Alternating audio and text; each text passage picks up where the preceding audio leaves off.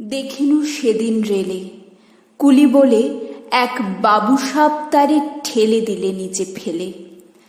চোখ ফেটে এলো জল, এমনি করে কি জগৎ জুড়িয়া মার খাবে দুর্বল? যে দধিচিদের হাড় দিয়ে ওই বাষ্প সকট চলে, বাবুসাপ এসে চড়িল তাহাতে, কুলিরা পড়িল তলে। বেতন দিয়াছ? চুপ রও, যত মিথ্যাবাদীর দল।